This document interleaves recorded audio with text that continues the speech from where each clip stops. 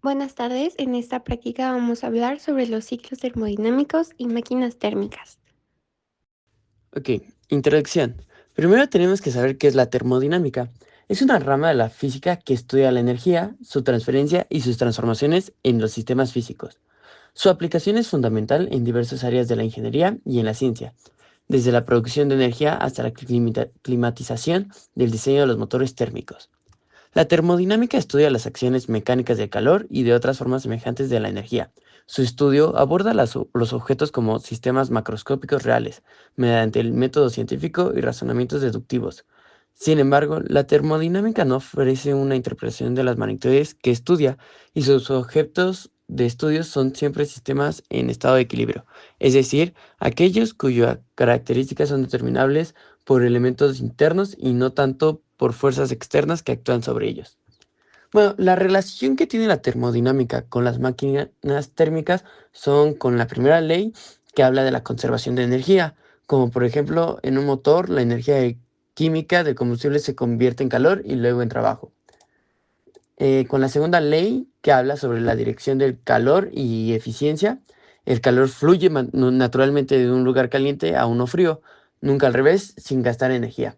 Ninguna máquina térmica puede convertir todo el calor en trabajo, siempre hay pérdidas. Como por ejemplo el motor de un carro. Primero se quema la gasolina, que es el calor. Ese calor expande gases moviendo un pistón, que ese es el trabajo, y parte del calor se pierde en los gases de escape y el radiador, que esa es la ineficiencia. Primera ley, la energía no se crea ni se destruye, solo se transforma.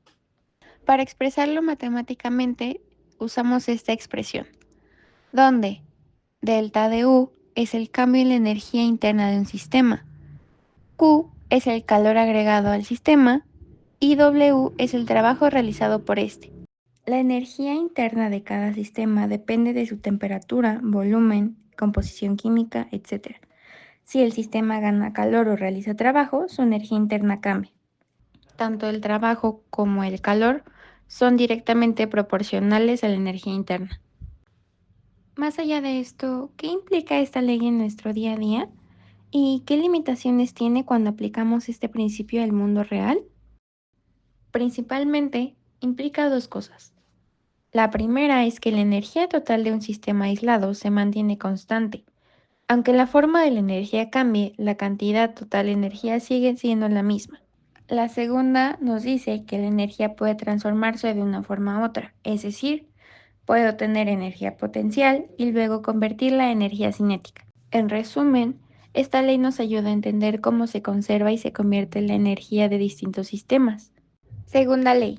En cualquier proceso físico o químico espontáneo, la entropía del universo tiende a aumentar. Para empezar, ¿qué es entropía? La entropía se define como una magnitud física que mide el grado de desorden o aleatoriedad de un sistema.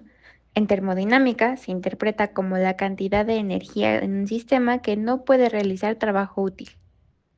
Determina la eficiencia de dispositivos como motores y plantas de energía, explicando por qué no pueden convertir todo el calor en trabajo útil. Además, explica fenómenos como la difusión de gases y la mezcla de sustancias, donde el desorden aumenta espontáneamente. También establece una fecha del tiempo, ya que los procesos naturales ocurren en una dirección que aumenta la entropía. Filosóficamente, esta ley sugiere que el universo tiende hacia un estado de mayor desorden. A escalas cosmológicas, implica que las estrellas eventualmente agotarán su combustible nuclear, llevando al universo hacia un estado de muerte térmica, donde la entropía es máxima y no ocurren procesos físicos significativos.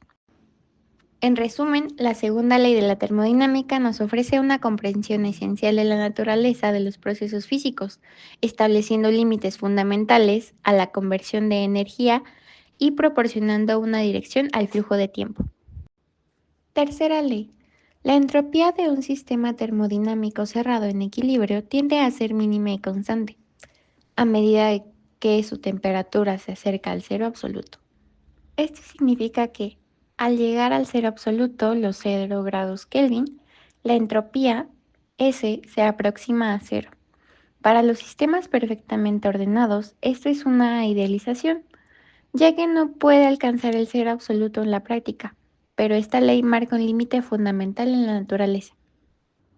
También permite calcular la entropía de un sistema a temperaturas cercanas al cero absoluto. Esto es esencial en procesos criogénicos y en la física a bajas temperaturas. Además, juega un papel clave en la idea de la muerte térmica del universo. Si todo se enfría hasta el cero absoluto, el universo alcanzaría un estado de mínima entropía. Esta ley tiene varias implicaciones importantes. Por ejemplo, cuando los materiales se enfrían, los átomos y moléculas tienden a organizarse de manera más ordenada. La tercera ley ayuda a entender cómo y por qué los sistemas se vuelven más estables al acercarse al cero absoluto. En la práctica, esta ley es crucial para experimentos y aplicaciones como la criogenia o el estudio de superconductores. La criogenia aprovecha esta ley para conservar materiales a temperaturas tan bajas que las reacciones químicas se ralentizan, permitiendo la preservación de alimentos, órganos y otros elementos biológicos. Y algunos materiales se convierten en superconductores, lo que significa que pueden conducir electricidad sin resistencia. Procesos térmicos. Los procesos termodinámicos describen cómo un sistema intercambia energía en forma de calor y trabajo con su entorno. Existen cuatro procesos fundamentales: el proceso isotérmico, el proceso adiabático, el proceso isobárico y el proceso isocórico o isovolumétrico. Proceso isotérmico. Un proceso isotérmico ocurre cuando la temperatura del sistema se mantiene constante mientras se lleva a cabo una transformación. Como la temperatura es constante, la variación de la energía interna del sistema es cero.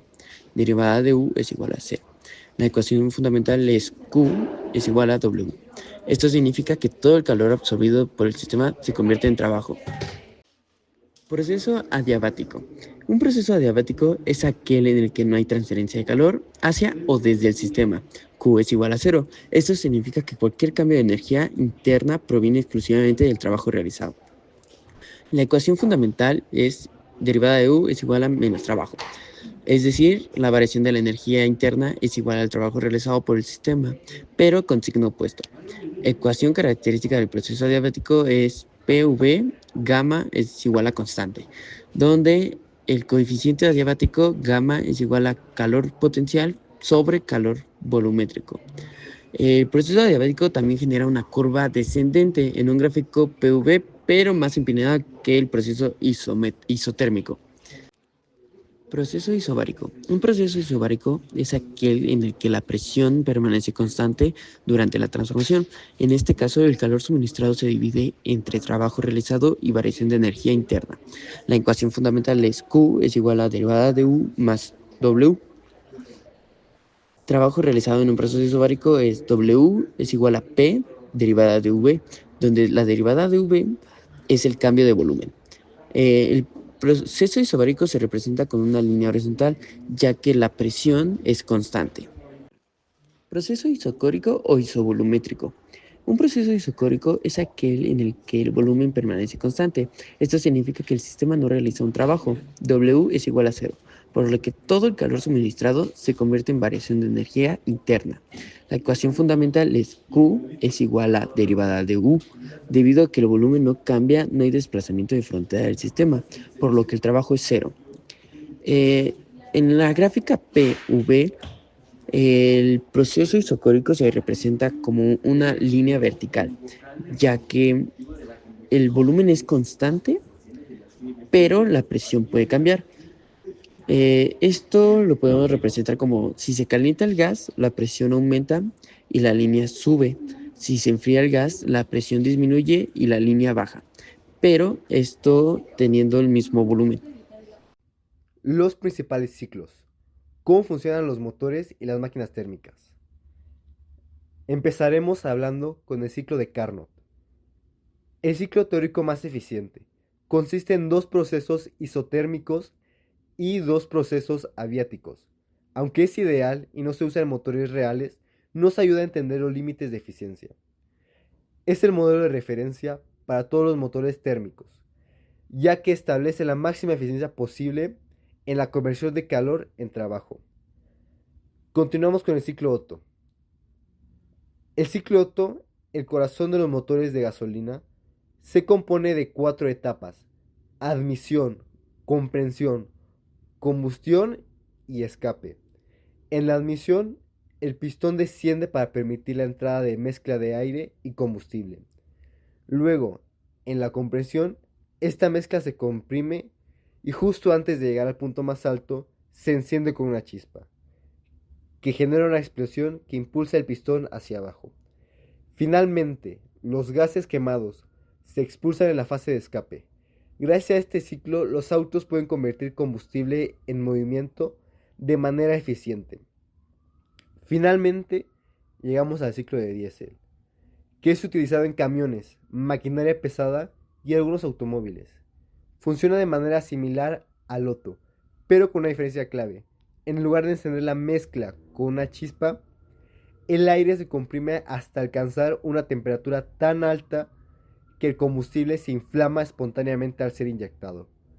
Esto lo hace más eficiente en consumo de combustible y lo convierte en la opción preferida para vehículos que requieren mayor potencia y durabilidad, como autos y barcos. Estos ciclos son la base de la mayoría de los motores térmicos, desde autos hasta barcos.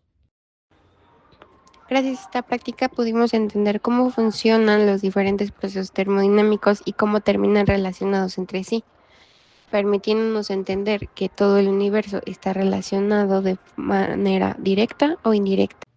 Gracias por su atención.